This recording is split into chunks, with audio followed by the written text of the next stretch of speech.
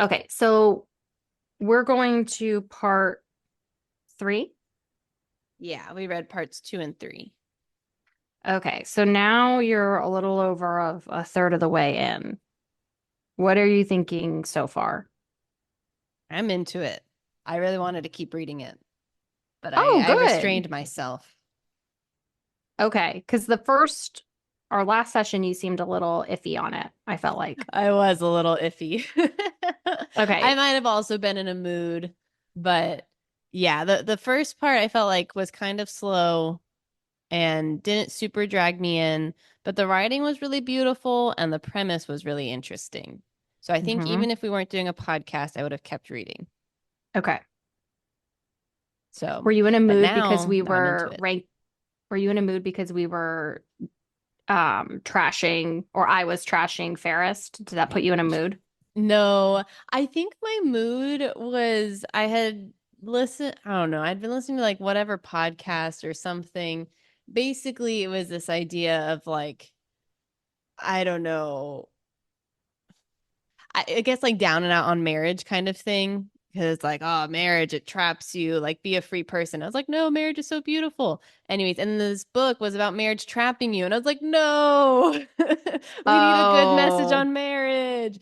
But and at first I was like, just another one added to the pile. But in hindsight, I'm like, that's a good premise. Like it makes a lot of sense. And like yeah, I too would feel trapped in that situation. yeah. So I think it was just personal reasons. Okay, all right. So you were having a personal day. So Yeah, that was it. what are some of like the highs that you really like thus far in the book? Ooh. Okay, I do really like the premise. I think it's super interesting. Um, I like the way that the story's told, how it flips from present to past. Um, I think that really keeps you intrigued, even though I really Mhm. want to just finish the story when she starts, especially in the present. Really interested in the present. Yeah. Um, Also other highs. Um, I don't know. I'm just curious to see what happens with her and Mystery Boy here. What's his Henry. name? Henry? Yeah. Yeah. Yeah. Super intrigued by that. Um, yeah. Mainly I'm more intrigued with like, current day things, but I hmm also like getting her insight into previous life in France. Yeah. Yeah, it is very cool, and it's also very interesting seeing like how different her life is back then. And I think we talked about it a little bit, like the struggles of being a woman Mm-hmm. unattended in the 1700s versus the 2000s, Right. and how it's so much easier for her to just navigate around. Yeah. So, well, let me see. Any lows, any parts so far that you're kind of like, I'm not into this or I don't like it? Um, hmm. I mean, I get why she included it, but like, so her whole time living in France, or in the beginning, she's like, "How do I make money?" And then she's like, "Well, I guess I got to sell myself." I'm like, "Oh, it just like makes you sad to read it, you know?" And it's like, I get why she Yeah. included it, but also I'm like, ugh, I maybe could have done without like dwelling on it, you know? I felt like maybe Y- we dwelled on it a little too much. You don't want to see how the meat is made. Mm-mm. Nope. One sentence would suffice for me. Mm-mm. Nope. But I don't So know. we're going up until part four, right? Yeah. Okay. What are your Mhm. thoughts on Luke?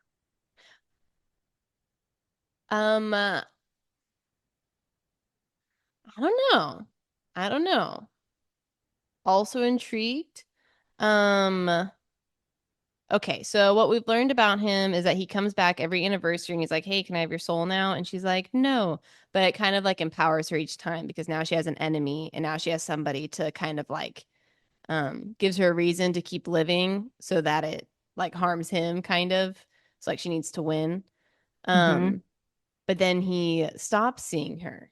So it's even harder for her to keep living. hmm Um yeah, so I thought that was interesting. I Yeah, I still don't know the connection between Luke and Henry since they do look the same. Not sure Hmm. what that's about. Interesting, right? Yeah. Yeah. What else did we learn about Luke? Was there anything else? I think with Luke, you just learn dribs and drabs, and I think that's about it. And I think that's what Schwab does a good job of keeping like the suspense going and the mystery is that she never really gives you enough information for you to feel satisfied. Yeah. So you just have to keep reading and reading and reading so you can like piece it together. Yeah, I think so. What did you think about Luke at this point? Do you remember? I think one of like the last comments I had is Henry's either Luke or sold his soul to Luke when he stopped being Jewish. That's what I wrote.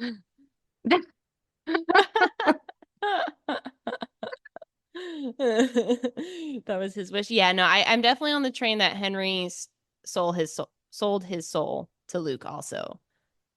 And so Yeah, they, for some reason, can see each other as they really are. Was that a plot hole? Or like yeah, like a missed point from Luke's perspective? He's like, "Oh shoot, didn't think about that one." Or is this part of the plan to like drive them both to sell their soul? right. Exactly. I had a similar question where I was like, was this intentional? Was it an accident? I think Luke is too smart for it to be an accident. But okay, if it were intentional, okay, for intentional, I could see this all turning and Henry suddenly, like disappears and Luke is like, surprise, it was me the whole time. And then that like devastates Addie more than anything else because she's had a chance at like a real life and a real friendship and stuff. And now when that's been like, you know, um, thrown to the ground, then she's like, all right, that's it. I'm out. Can't do this anymore. I Mm-hmm. could see that being a possibility. But I think Henry's a real person, and I think he also sold his soul. So, Mm-hmm. so I don't think that's right. But I don't see Luke making a mistake like this. No, I don't think that either. And then I was also, because I think I mentioned this in the first episode, is that I thought that I was still thinking that maybe Addie manifested Luke Okay. from her wishes to the Oh, good that's right. gods. Yeah, so maybe he like he was kind of like outside of this maybe or something. Maybe like one of the good Yeah. gods created him for Addie. Okay. But but Interesting. I did have your thoughts on okay, maybe this is Luke's way of trying to finally win the game between him and Right. Addie. Hmm. All right. Well, I think that's enough front matter. Oh, have you had any more thoughts on the artwork? Um, let's revisit because honestly, I was just too excited to see how everything was going to unfold that I didn't really look at it. So let's revisit those. Okay, so There's part one, two. yeah, there's one right after part two. Okay, so it's called One Forgotten Night. Um, I mean, I could see how it connects. So it's like a picture of a night, like night sky or something. And this is in this section is where we meet Sam, who's an artist, and she paints Addie. And she's like, I'm Hmm. into painting people as skies. And so Addie gets her own specific painting. And this was painted by Sam. Yeah. The Hmm. okay, so we're seeing like Addie be the inspiration for art. Yes, exactly. Yeah. So these Yeah. are so pretty much all of the art pieces is like Addie kind of leaving her mark indirectly. Mm-hmm. I like that. I think that's cool. Yeah. Oh yeah, this is okay. I didn't even read the description of the art when I was first reading through this, but yeah, it has seven small white dots. So she drew Addie as a night sky, then sold it, and she was sad to sell Yes. it, but she needed to make money. So, Hmm. that's right. That's right. Yeah, I like how she does that. Okay, so any other thoughts for that one before we go to part three artwork? Um, no. Mm-mm. Okay. Oh, wow. Okay, yeah. Well, this makes a lot more sense after reading the section. So, section three's artwork is called Untitled Salon Sketch. And it's about Madame Goffrin's famous salon. So, anyways, when Addie was in the 1700s, she figured out how to make her way into this fancy salon and take a nice dress and enjoy the dinner party. And it's where all the great thinkers were, conversing and stuff. So I Hmm. guess she shared that image with an artist and he drew it. So that's pretty cool. Yeah. And so every time the thing that always stands out is the freckled face or the seven freckles. Yeah, That's kind of like I her see that. signature. Fascinating. Wow, that's really cool. Yeah, I totally did not read these descriptions. I'll be I honest. didn't I didn't either on my first read. And now that we're going back through it, I'm like looking at it and you're like it's very interesting how this book is trying to make itself like I'm not sure what am I trying to say? Like self-contained kind of like meta Yeah. maybe. Yeah. It's a Like whole Addie world. really exists. I feel like that. Do you feel like Addie after you read this book? You're like, oh, I'm just a, young woman off on an adventure. Do I feel like that? Yeah. God, no. I'm doing that corporate grind, doing the same thing every day. Addie would jump off of a building. She's probably like, I'd rather be forgotten every day.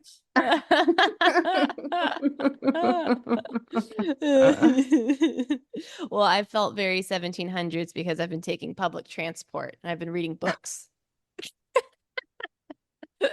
Say, oh, I'm just like Addie. I I agree. Well, I don't agree that I've been doing that, but I love being on public transport reading. I used to do that So years fun. ago, and it was the best. You get so much reading done. Yeah, it's so fun. All right, well, good. I'm glad this book is picking up for you because I was really worried after our last episode that you thought it was going to be a dud. No, I'm into the story now. Um, and yeah, I'm totally on the team that Henry and Addie are like long lost demon brother and sisters. They both sold their souls, and then they're gonna have to work together somehow to break the curse, a la Ella Enchanted, and then Mhm. take down Luke. Yeah. I That's my had thought. another theory somewhere around here, and I'm not seeing it now, but something like Addie was gonna have to fall in love 7 times or something in order to break the curse for her 7 freckles. Oh, And I that's a was good like, thought. yeah, and I was like, I think Henry's like the last one, and then she'll be free. That was one of my Oh, thoughts that I had. interesting. Huh. Hmm. I haven't been counting how many lovers she's mentioned. I feel like it has to be more than seven, though. It's way more than 7, by the way. Because I mean, you have to think like she's been around for 300 years. I know that's a So, long time. I mean, how and they forget Each one her every lasts a day. day. Yeah, so I mean, it's easy to kind of go through a lot of people. Yeah, I mean, it makes sense. Okay, I did think though, I had this question. So if they're able to break the curse and now Addie can be remembered and Henry, I think his curse is like he can be seen as who he really is or something. Um, at that moment, would Addie suddenly become 300 years old and like just crumble and die? Or does she start aging at that moment? Oh, interesting. I didn't even think of that being an option. That would be quite the final boy, right? Luke says, okay, fine. And now she's dead. Yeah, because I thought like, okay, yeah, I thought that would be what a twist and what an unsatisfying end if she and Henry can like be together or whatever, but then yeah, she immediately dies Oh, interesting. and That's a she good goes to thought. the stars. It's Oh, like at the end of The Princess and the Frog when Evangeline yes. is Yes. twinkling in the sky. So that could be. Okay, so all right, one last question, then we can get into the summaries and stuff. With Henry, what do you think about him as a person? I think we talked a little Um, bit about it last time. yeah. I mean, I think I like Henry. He definitely, there's just like a giant secret that you don't know about him that I think would explain everything else. Yeah. So, yeah, it sounds like he doesn't want to feel like he's wasting any time because they're at a movie and she is getting kind of antsy and he like needs to experience new things or something. Hmm. Maybe it was his wish also something to do with time. That would make more sense. I don't know. I don't know. But overall, I think I like him. Um, yeah. Yeah, I'm just kind of confused by him because it sounds like he's dated like everyone in his friend group and he still is kind of dating all of them. It's kind of the vibe I get. They're all in love with him still. Yeah, they're all in love with him and he's also kind of flirty with all of them. And so I'm not really sure how to feel about that. He seems a little floppish to me, and I think I said that last Oh. time. Yeah, because you asked foppish. Yeah. He was still giving me flop energy. Like, I don't know if he's really cool enough for our Addie LaRue. Mhm. For Yeah. as interesting as a person she is. Yeah. Addie's pretty cool, but I think he's really nice to her and takes really good care of her and seems to really value her. Those are good qualities. Mhm. I like that. So, yeah. Yeah. What'd you think of their secret rave? Or I guess we could get into that later. Yeah, let's get into the chapter, the section summaries. And I think we'll probably end up touching on a lot of these things. Yeah. Okay. Um, well, we haven't done our intro yet. Oh, yeah. Welcome 20 minutes in to Bookalicious, a podcast where two sisters chat about books we're reading. I'm Chrissy, And I'm Candace. and today we are on part 2 of Addie LaRue. And today Mhm. we're talking about sections 2 and 3. So a lot of small details happen, and some big plot, more big plot stuff is happening in these sections. A lot more plot has happened. Basically, all of section 1 was just setting up the world. Okay, so in sections 2 and 3, we hear more about Addie's life in France in the 1700s.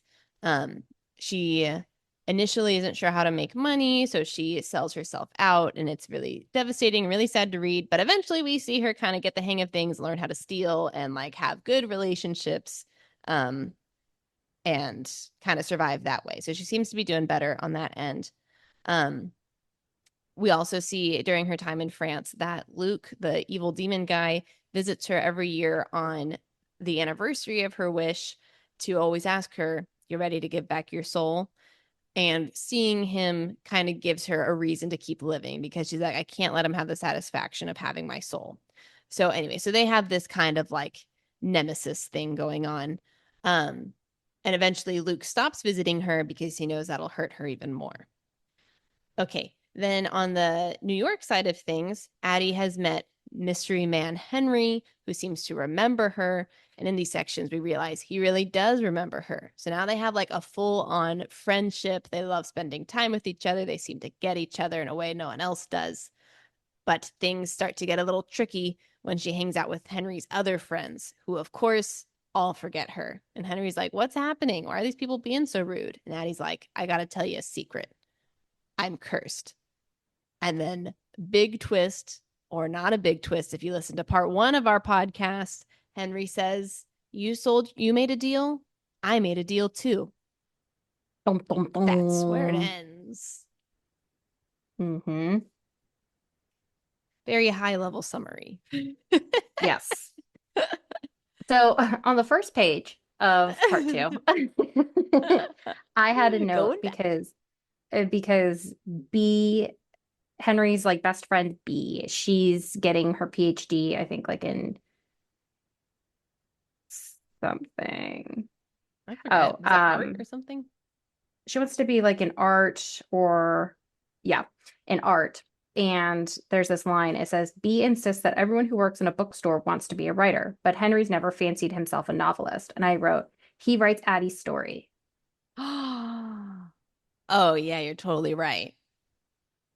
Yeah. Well, no, but at the end, Addie isn't cursed anymore. But yeah, he still writes it for her because he actually is an author. Yeah. Yeah, he writes this story. And Yeah. then they say that he never finished theology. And I said, he will use his degree and break his curse. Like he will research all the evil gods and he'll realize how to get out of I've learned just enough about divination to get myself out of this one. it. Yeah.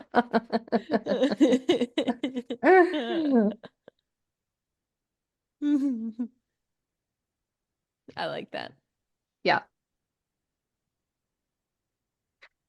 So one thing that I had is that I was getting like flirty vibes from Luke and Addie in their Yeah, interactions.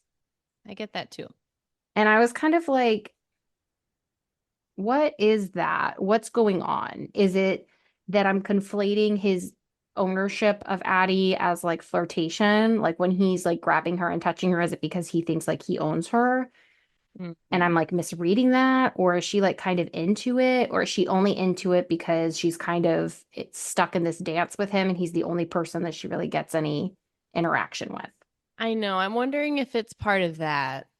Like, I wonder, yeah, I think he's just trying to play her, is my thought, because everybody wants to be known and seen, and Luke is the only one who really knows and sees Addie.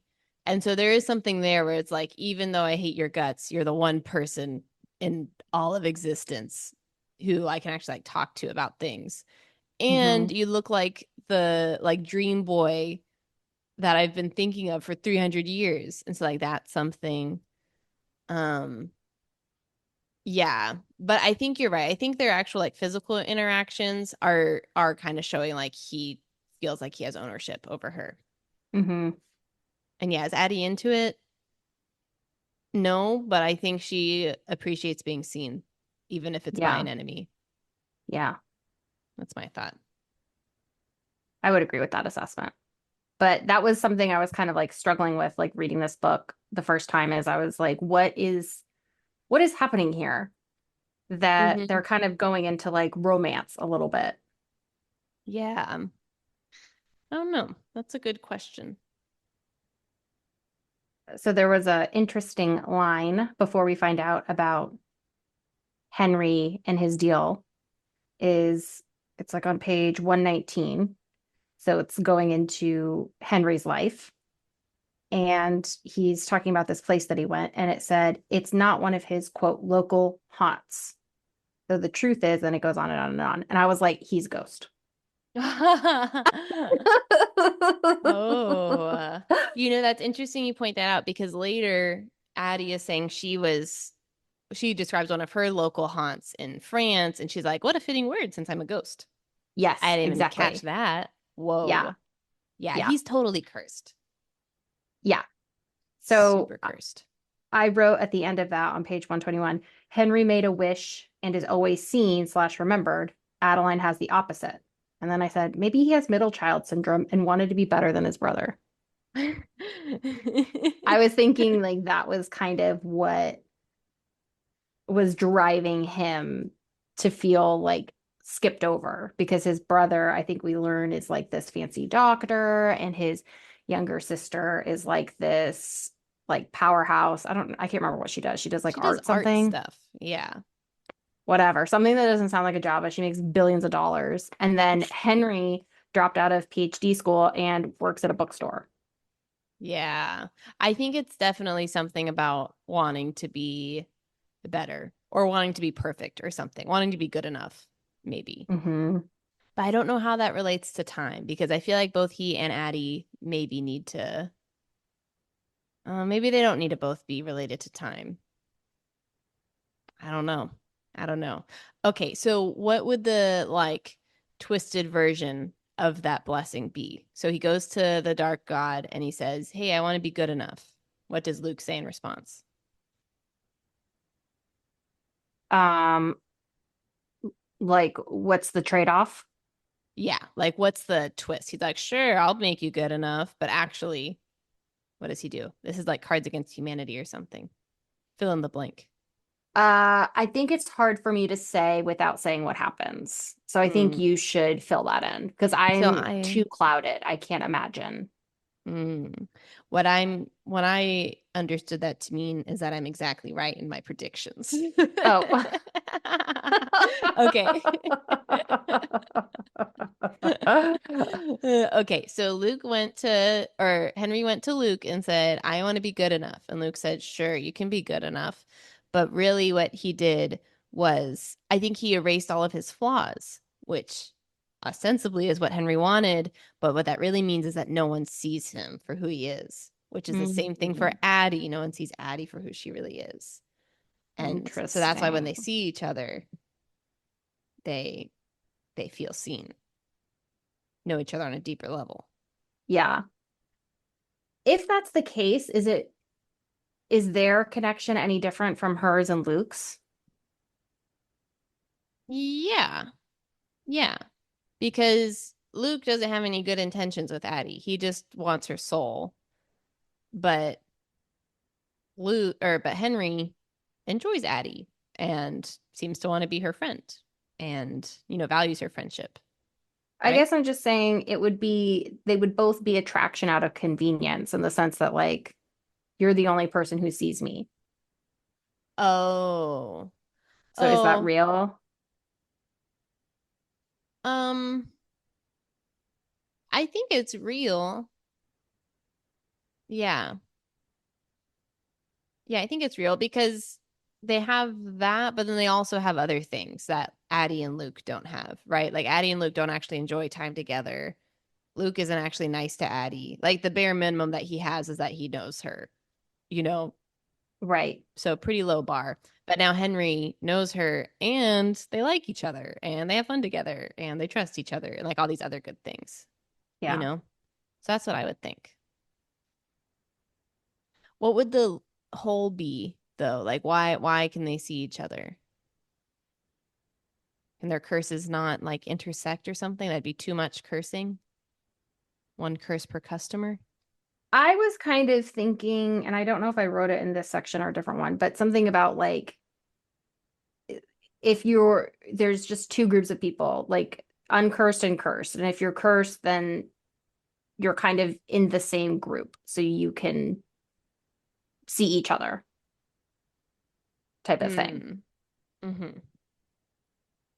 Yeah.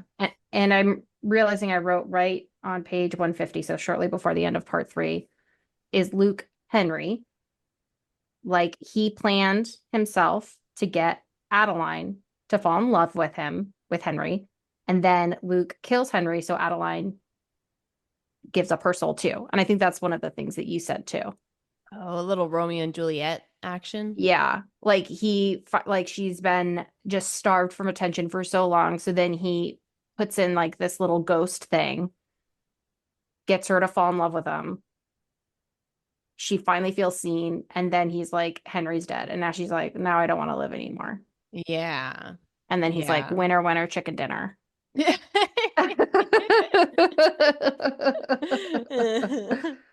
Yeah, I could see that. I don't know if Addie would give in to that though, because then Luke wins. And that seems to be her one motivating thing. But yeah, maybe it would be just so devastating that she's like, whatever, don't care anymore. Yeah. Hmm. It's hard to imagine if you're 300 years old, would that really be devastating enough for you to want to? I don't know. It's just, I feel like you're kind of on a different plane at that point where it's Right. like you've seen things come and go so often. You kind of become hardened to things like that. I think in one way, yes, but I think in the other way, she's been waiting 300 years for a friend. And Yeah. now it seems like life is finally normal. And she's like, wow, maybe I could actually have a normal life and have a friendship and like know somebody. And so I think like that could just bring you to a new high that you haven't had in 300 years. So that when you're like slammed down, it would feel a lot worse. Hmm. That's my thought of why that Yeah. might make sense. Yeah. But yeah, I get what you're saying. I don't know. Okay, Ooh. there's one. Oh, Ooh. yeah. Oh, go for it. Go for it. Well, I was going to pull out a line. What was your thing? Was it related? I was going to pull out a line too. Yeah. So you Oh, go first. excellent. Okay, so my line is on page 116. So in the very beginning, And it's Addie talking to Luke, and she's like, "Why did you do this to me?" And he's like, "I just gave you what you asked for." Um, and he said, "And as for freedom, is there any keener liberation than what I've gifted you? A life with no one to answer to." I thought interesting Ooh. because I think a lot of people would define freedom like that. Yeah. So, what do you think? What do you think of that definition of freedom and or how Luke interpreted freedom for her? I think in a lot of ways she is free. Mm-hmm. She's not free from hunger or free from pain, but she's free from having to worry about, well, if I don't eat, I'll be hungry, but I won't die. Yeah. And I think with hunger in particular is like after a while, your body kind of gets used to not eating, especially if it's not deteriorating. Right. Like I think, like you're still hungry and stuff. And I mean, I would imagine like seeing food and stuff would be really difficult, but it's like she's free from like needing to technically work because her body doesn't need anything to survive. Yeah. And she's free from, needing a lot of different things. Yeah. She's free from worrying about what people think about her, Yeah. free That's from true. insecurity. She always stays young and beautiful. So, in a lot of ways, yes, she's free, but she's also kind of stuck with her own thoughts. She's Mm. stuck with herself forever, and that kind of can be really difficult. Yeah. Well, and also she's not really free to do what she wants to do because of her like curse, it like inhibits her from doing a lot of things. Like she can't earn money in any way, so she can't buy things. She even if she does buy things, they get taken from her because they don't remember selling it to her, you know? Hmm. So, I don't know. Yeah, maybe she's free. She's definitely She's a slave of Luke, is what I'm thinking. in Like some she's a ways, slave to what he has for her. she's also free from consequence, though. That's true. Like, I mean, she could literally do anything and then just walk through a door, and then it's like, who cares? Yeah. Unless she's under like constant surveillance or whatever. Then- But but even that, probably. yeah, she just like slips out of your fingers. Like she could do anything. She could become a serial killer and you would never know. She Mm-hmm. could become like I was talking about before, like become like spy espionage, Mm-hmm. learn secrets. Yeah. Yeah. So I mean, she got what she wanted then. In some ways, yeah. Because if she was like always remembered, then you're talking about the age of Adeline, that movie that we talked about. And Oh I yeah. don't know how much better that is because now all the people that you know and love, you watch them get old and die and you just stick around. I think that'd be better than just being on your own forever. Yeah, I think that would be better too. But Yeah. still, it's like sometimes a gift is a prison, even if it's exactly as intended. Yeah. I mean, I think if there's death involved, the gift is going to have hard parts, you know, because like what a gift to love somebody. But Hmm. yeah, eventually someone's going to die. Right. And I could see yourself just at some point just kind of being like, people don't live very long. You guys live these small, insignificant lives.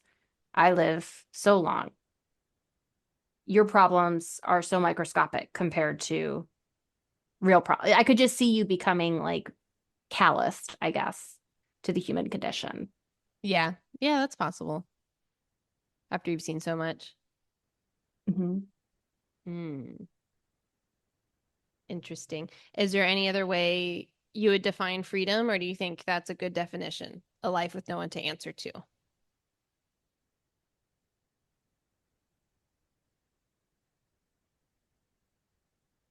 I mean, because Andrew and I talk about financial freedom a lot. Mm-hmm. To be financially free, you're not beholden to a job. You're not beholden to anybody. You have the money to do what you want, and if you want it, you go buy it. And there's a lot of freedom in that. But even Yeah. then, with financial freedom, you're kind of beholden to the money because, Yeah. you can become obsessed with it or you can feel like it's never enough. Like it's not, oh, this isn't enough for everything that I want. I need more. Mm-hmm. So I kind of feel like with any kind of freedom with people, I think it's hard to get something that's like truly, truly perfect without your wants and desires making it not good. Yeah, because I think also you're not in a vacuum. So like she has no one to answer to, but she still is in a world where there's other people and she Hmm. can't do what she wants. Because I was thinking, I was like, how else would I define freedom? And like maybe it's like being able to do what you want to do when you want to do it But she could be can a do that. definition, but not really, because she can't get a hotel room when she wants to. She can for like a minute, but then they kick her out. Like I would say that's not freedom. Yeah, that's true.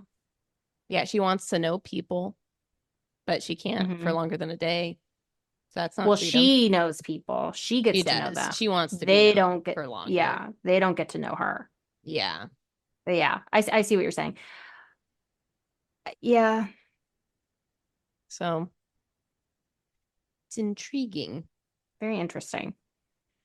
Okay, so my line is not thought-provoking. It's more of like a, ooh, interesting. Oh. So on page 148, Addie is thinking of what to call the dark god. Mm-hmm. She says, the truth is, she tried on a dozen names over the year. Michelle, Sean, Nicholas, Henry, Vincent, Oh. and none of them fit. And then she comes up with Luke. And I was like, Yeah.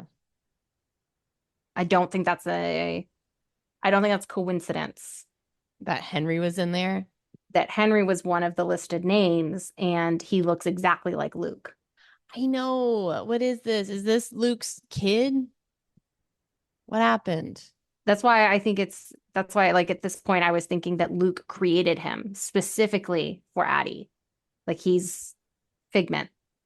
Yeah. Maybe that's right. Maybe that's right. Maybe they're not going to defeat the curse together. Maybe Addie is just going to be pummeled by this Hmm. heartbreak.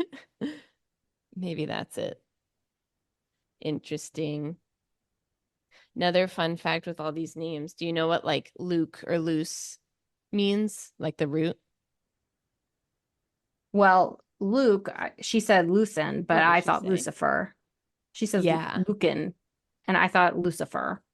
And she also says Yeah. that. So I think devil, maybe, or snake. So actually, I looked up to see if Lucin or Lucian or whatever had a meaning, and it's the same one I was thinking of. But that root luz means light. So it's like the Spanish word luz, Oh, Luz. It means light oh, or like interesting. elucidate, enlighten, kind of. Interesting. Yeah. So it's just interesting that the god of darkness is named light, but Oh, also it's Lucifer, which is, as we know, dark. devil. So Yeah. yeah. On page 186, I said, so Addie's with Henry and they're like at a bar. And I said, she's thinking about Luke a lot. Does Luke equal Henry? Because it's I like don't know. he keeps coming up like kind of like a comparison in a lot of ways. And I'm like, why is she thinking about him so much? Yeah. Okay. Unless Schwab wants us to think about him, wants us to equate Henry with Luke. That could be. I don't know. I mean, but I get it if they look the same. Like that makes sense that she would be thinking about Luke. Or also maybe it's just because Luke was the last person to know Addie, and now Mhm. here's Luke 2.0 who looks like him and knows her. Yeah. And she's like, wow. And maybe it's also a comparison because Luke knew her and like abused her because of it. Like he chose not to see her just to hurt her. Hmm. But now Henry knows her and like wants to love her more because of it? Yeah. So you see like Yeah. that difference. I don't know. Definitely something there. Something else I pulled out. Luke and Addie are talking back in the 1700s, and Luke says, I have 1,000 others waiting to be reaped, talking about their souls, and you are only one. So I was like, there are a lot of other like victims or brother sisters you're talking about. Yeah.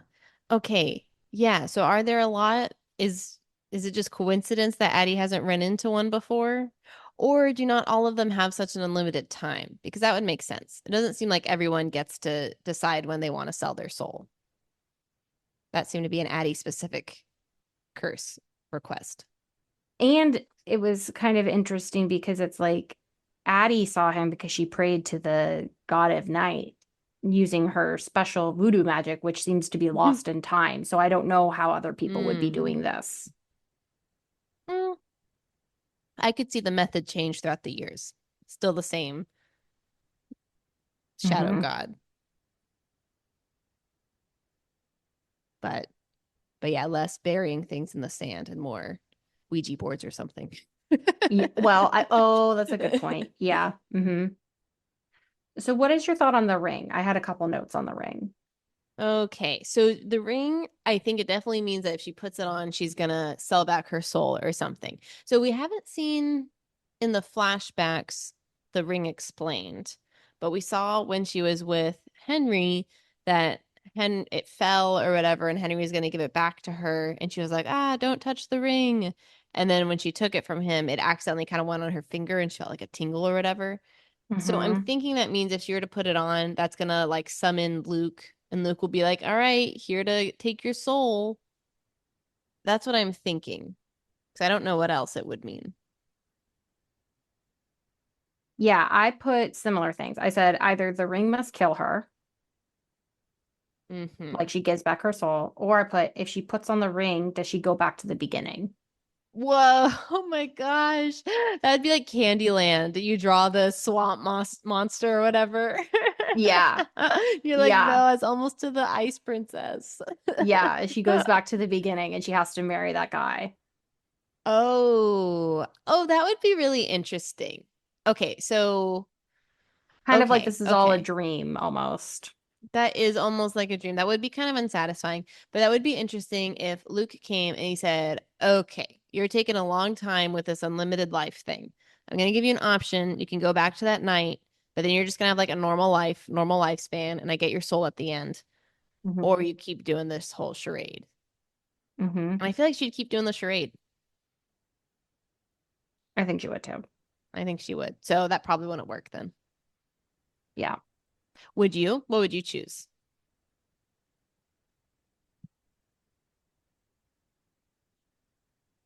I don't know. I mean, because at some point I feel like you must get your fill of your like, Right? I've done all the things that I Well, can it keeps do changing. alone. Yeah. Can always do more and more things, I guess. Yeah. I I love being home. I love like my cats, love my husband. I couldn't imagine living a long life without either of like, without any of Mm-hmm. that stuff. Yeah. It I feels know that's a hollow to really me. long time. It's a Yeah, I kind of long agree. time. Yeah, I would I hate the know. instability, Yeah. not being able to get like, not to be able to have a favorite thing, Mm-hmm. no routine. Yeah. Always stealing stuff. Yeah, always stealing stuff, having to like fight for every little scrap. Yeah. I wouldn't like that. Yeah, I know. I mean, I don't think I would either, but maybe after 300 years you get kind of used to it. Kind of Could. grow to be okay with it. On page 204, another line, Henry looks at Addie and it says, she can see it swimming in his eyes, the thing he will not say, underlined. But he is not Luke, and the green gives nothing away. I was like, he is Luke. He's Luke with colored contacts. Yeah. And then they were talking about something, something about like someone going through a door and like forgetting her. And I said, what if someone goes to the bathroom? I was like, this curse logic is Right. not clear to me. I And mean, then, apparently, oh, yeah. go for it. I was gonna say, yeah, apparently whenever she's been with all of her other people, they've never gone to the bathroom or they never closed the door when they were in the bathroom. Because that'd be the only way. Well, on page 211, it says, once Elise goes to the bathroom and Addie thinks that's it, da da da da da. And then I underlined, glad this is addressed. Because Elise, just a few pages later, they described what happens when people go to the bathroom and they do forget Oh you. my But it doesn't gosh. make sense, like you said. It's like, how has she been with like Toby or something for a whole Yeah. night and he like never went to the bathroom, he never closed the door, like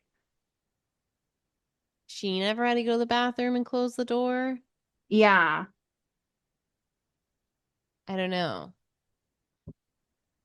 Yeah. Yeah, I agree. But I mean, I guess maybe when you've been at it for 300 years, you can kind of figure things out of how yeah. to get people to either not go to the bathroom or keep the door open. Hmm. Yeah, what'd you think of all of Henry's friends at the dinner party when he brought Addie and they're all like, "Oh, cool." They were kind of weird. Yeah, especially Robbie, the guy. It's like, Robbie "Oh, was Robbie." very weird. Yeah. Like, what's going on? Not nice to them. But I also think it's like confusing because it's like he keeps talking about her to them and then they finally meet her, but then it's like one of them would go to the bathroom and they'd forget her, but they were too polite to realize that they had forgotten. They were like, "Oh, I must have just been drinking a lot or something." Yeah.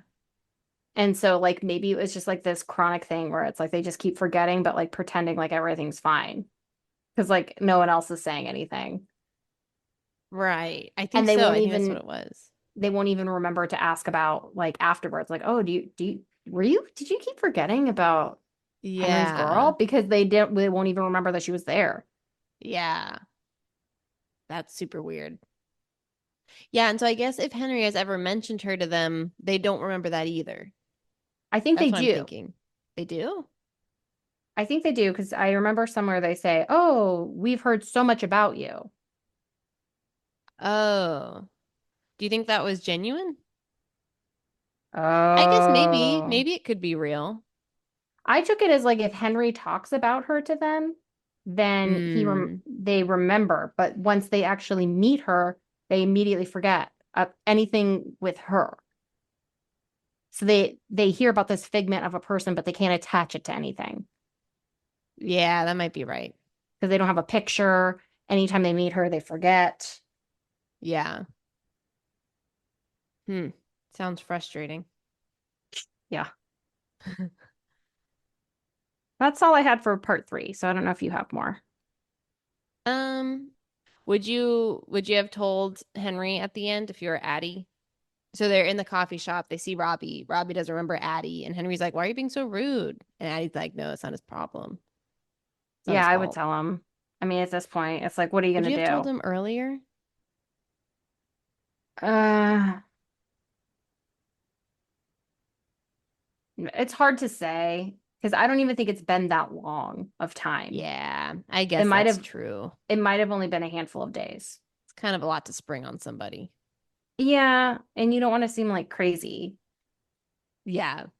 I feel like I probably would have waited until it like kind of came up and you're kind of like, okay, listen, by the way, because now it seems like very legitimate, like you're explaining something that they've observed versus you preemptively telling them about this magical curse that you have. Yeah. And you're like, let me show it to you. And they're like, Yeah. what? Yeah. Yeah. I think you're I I almost think I would have done the same thing. yeah, I almost feel like an explanation after it's witnessed is easier to digest than presenting it with without seeing it in action and then you're like, Mm-hmm. so, Yeah. I was so glad she finally told him though. I was like, oh, thank goodness. Someone mhm. needs to know. I know, exactly. Oh, one last thing too. They've had a lot of like cloud and rain stuff going on. And so we Hmm. talked last time, that's like Henry's like depression and sadness, but it's also like outside it was raining. And I just saw that part 4 is called The Man Who Stayed Dry in the Rain. Mm-hmm. I think it's Dum, all dum, about dum, Henry. dum, dum. Ah, interesting. So did you read part four? No, Oh, I thought you already covered part four. no, we're doing 2 and 3 today. Oh, all right. Well, Yeah, that's good. yeah. Okay, So well, let me see. Do I have anything else? Because I thought we were going to go to part four. I think that's it. I know I wasn't good about writing notes. I'll be better this next time. It's hard to write notes in this because it's written more like a journal than it is like a proper book. Yeah. Because it's like every other page is kind of like a different thing. But I think we really kind of covered a lot of it. And I think like a lot of like my quote unquote questions are really just around like how does this curse work? I want to know more of like the logic of it. And I know that that's not the point of this book is not to be like I a Brandon Sanderson, give me a was just lesson thinking that in magical physics. physics. Yeah. It's hard for me to divorce that though. Mm-hmm. I get that. Well, I haven't finished it yet, so maybe for me more answers will be coming. But maybe I'll have more notes next time. But I think this was our shortest episode ever. We also didn't do any Bookalytics or anything. Oh, well, should we pop in? We did hit a milestone. We what? We did hit a milestone. I did see that. Okay, sure. Let's do some Bookalytics. Today's a wacky episode. Yeah, I know. We're very interested in this book. I read it and I really liked No, it. There's just not a whole lot of commentary, I feel like, because it's kind of I is don't what really it know is. why. Yeah. I think it's because I I mean at least part of it is there's just so much detail and like description and stuff and I really enjoy reading it, but yeah, I don't have any thoughts on it. Yeah, there is a lot of describing, a lot of plot, and not a lot of things. I don't know. Yeah, maybe I'll think harder on these last few parts. Also, Okay. I'm just too intrigued in the like mystery of things. So, I think I'm not thinking as deeply either, you Yeah. know? Well, and I mean, even with the mystery, yeah, with the mystery, I was just like spinning around. Like, why are Luke and Henry so similar? Could it be this? Could it be Yeah. that? All right, But well, I this is think, exciting. oh, yes, Well, yes, go for it. well, I was gonna say it's exciting because now I can finish it because this has been my Oh, public transport reading material. But then when I finished sections 2 and 3, I had to put it away. So now I can read it again. yeah. Oh, what's um the other book that I was thinking? Oh, the God and the we had also mentioned Winnie the Pooh on our last Ferris episode. Well, I didn't forget about that. I didn't forget about that. Um, The The God of the God, Woods. The God of the Woods by Liz We could Moore. read that. I think that sounds really interesting. It just popped up on the New York Times bestseller Mm. because, like I said, I've been like looking and looking and looking, and a lot of them are either these very like long series, and I don't want to jump in, or Yeah. they're kind of like Housemaid or Fourth Wing or Iron Flame, Mm-hmm. which have been on the 65 weeks, 39 weeks. They've been on for a long time. Wow. Yeah. Housemaid. We love it. Housemaid. I know. I am thinking, should we go back there? But yeah, The I think we God should of just the do the books. Woods. The Yeah, God that of one the seems Woods. good. Yep. I'm down for that. Okay. Well, let's Okay, get into those Bookalytics. bookalytics. Yeah. Let's do it. Okay. Do you want to announce um our milestone? Our milestone is that we now have hundreds of followers. Woohoo! That's Woohoo. pretty cool. That is really cool. We just hit 200 followers, which is great. Wow. And I still haven't made Josh follow us. I need to steal his phone Wow. still. Okay. All right. Yeah. Yeah, So I pretty think big. yeah, that's really exciting. 200 followers. Thanks to everyone who has subscribed on Spotify. If you haven't, Yeah. click follow. a follow is not the same as a rating on Spotify. So to rate, you have to hit the dots and then you put the 5 stars. Yep. Yes. Very good. Good tutorial. Okay, Fairest is surprisingly popular. Did you see that? I did notice Fairest is taking off. I'm really excited about that. I'm I feel like surprised. I think we do best when we have books that we're not in agreement with. Yeah, well, I'm surprised because I don't know how many people have read Fairest, you know? Like I don't know. Like Ella Enchanted, it's like, okay, that was probably a lot of people read that one. But Fairest, I don't know a lot of people who've read Fairest. Is there another book called Fairest? That's a good question. Um, I don't know. Let's see. Let's see here. Fairest is the prequel novella to the Lunar Chronicles Marissa Mayer. I've never heard of that one. I haven't heard of that one.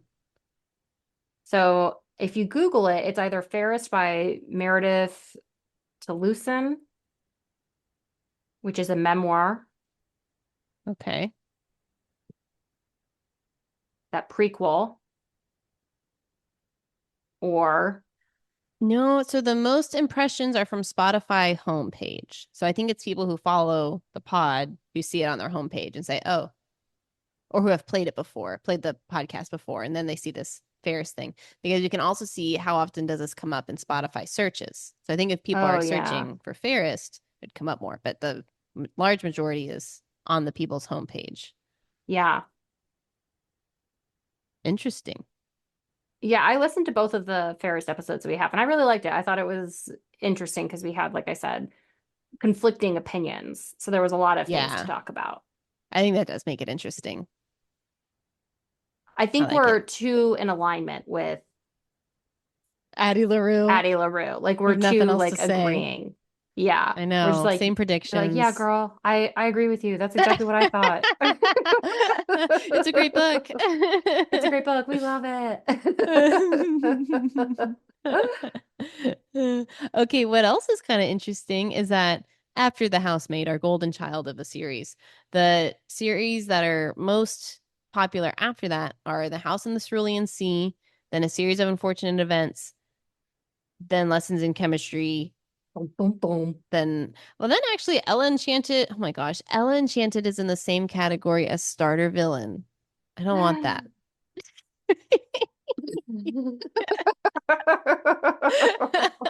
Ella Enchanted needs to be more. Please start searching up Ella Enchanted so it goes on people's pages more. It Yeah, goes into please their tell your friends and algorithm. family. Please boost it up more. But anyways, that's just kind of interesting. Series of Unfortunate Events was pretty. People are pretty interested. Yeah, that was a good one. I liked that one. I liked visiting that tale. People are searching for it too. That's how they're listening to it. Oh, See, yeah, that's why I think it's interesting. interesting. It's like, what are people looking for? They're looking for a series of unfortunate events. They stumble onto Ella because it's on their homepage. I think Cerulean Sea people are looking for it. Yeah, well, I mean, Pride Month's a little bit in our rear view mirror, but Pride Month was in June. So, Spotify search. Yep. yeah. Although, you know what? One of my podcasts that I listen to, Book Club Babes, they were going to do TJ Klune, House in the Oh, Cerulean Sea. okay. And I was really excited to hear their opinions on it. But then they said that there was like some controversy with the book. And I guess like TJ maybe borrowed some of the story from like some like bad thing. And they're like, we're not going to read this book anymore. And I was like, "Ooh." What? I'm like, Oops. so I was like, let me not poke that hornet's nest. Ha ha ha. Book, what would it be? Scandal? Oh, that's interesting. Okay, so the controversy apparently is that in Canada in the 1950s to 1980s, Indigenous children were taken from their homes, placed into government-sanctioned facilities, and the goal was for white middle-class families to adopt the children. Um, but really, it was like this whole terrible system, and it was like cultural genocide and all these terrible things. Okay, so then they're like, that's basically the premise of Cerulean Sea, but he turned it into magical fantasy. Interesting. What do you think Which of it that? is, Uh, well, I mean, it is similar in a way. Um, but But I don't wasn't, I don't know that it's like sugar coated because it's like he did talk about how terrible it was and all the horrible things that these kids had to go through and like yeah, how it wasn't the was whole really point? wrong. Yeah, I thought the whole point was that they're not changed.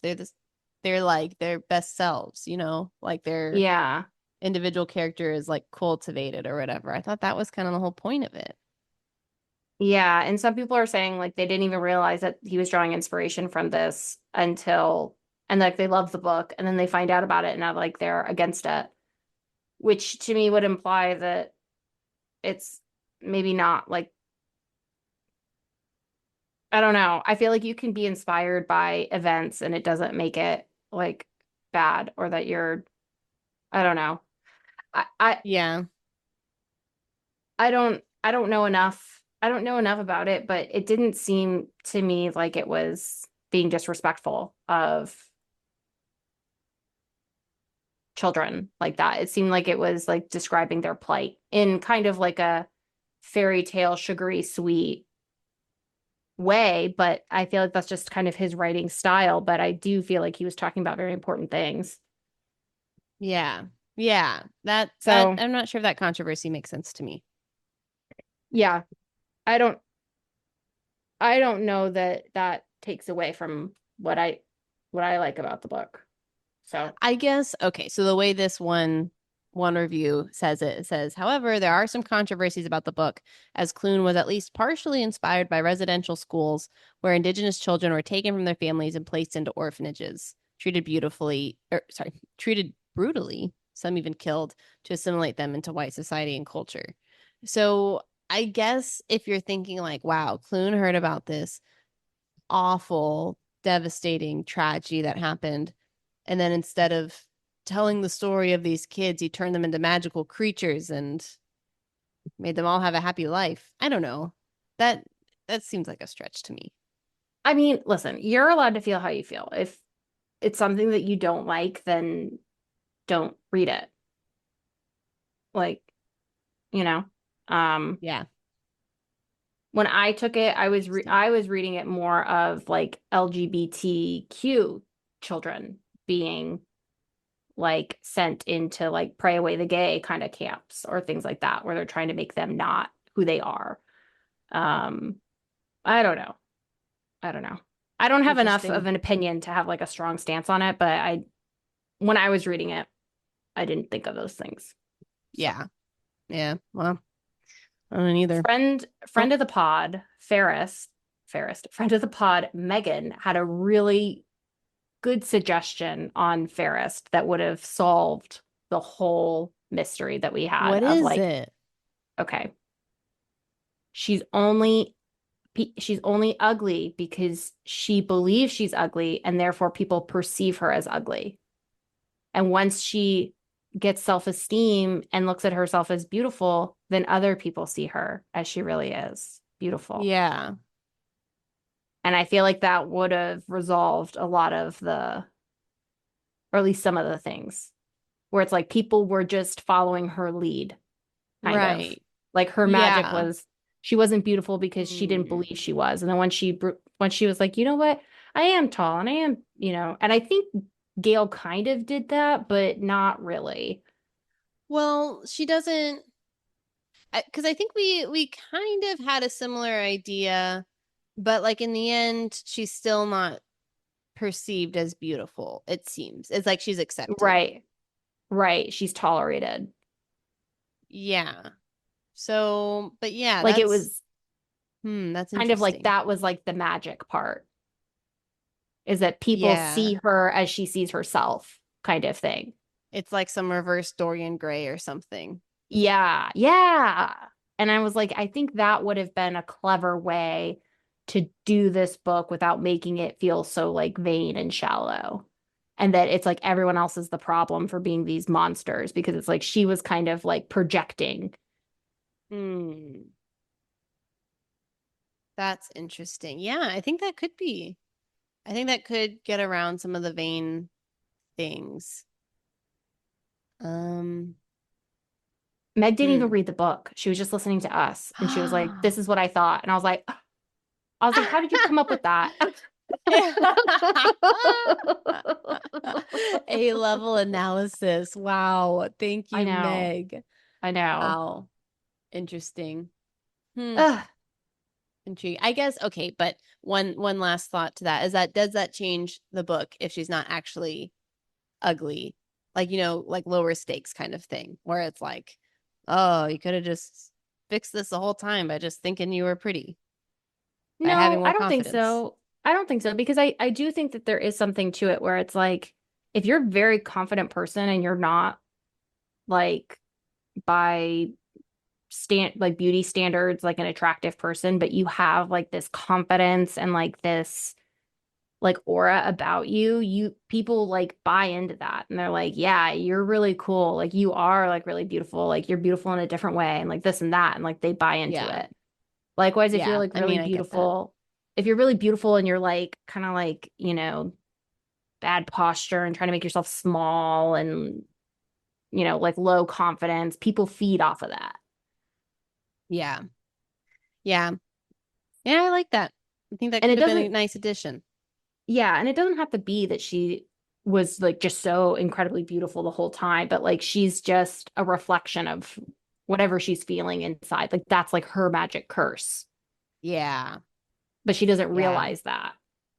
Something like that. Interesting. I like that. I think that could have been really nice. Yeah, I think that could have been a really cool imagining of it and kind of take us out of some of that. Yeah. Your mom was a Yeah. hippopotamus. Ah, first cousin to an ogre. Oh my gosh. Okay. All right. I think that sounds good. Okay, so we're finishing this book. We Yep, have Winnie the Pooh and or God of the Woods yep. on the docket. Hmm. Maybe Two Princesses of Daymar if we're still wanting some throwback Gale. Have a Yep, tiebreaker with Gale. See, does she live up to our idolization of her? that's true. I think that sounds good. Okay. Cool. All Where right. can the people So, find us? oh, you can find us at Spotify, anywhere you listen to podcasts. You can email us at bookalicious.pod@gmail.com. Love to hear from you. Ooh, answer our polls. We like seeing those. We've had some polls answered. Ooh. Did you see those? Yeah, I think it's just you, me, and Meg. Oh, I was wondering who the third person was. Okay, so Meg would take the potion, take the beauty spell. I didn't ask her, but I think so. Well, two said they would, one said they wouldn't. You're the I not. personally, yes, that was me.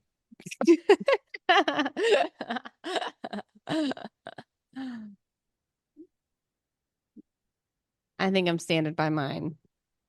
All right. Well, we'll see. Yeah. Okay, cool.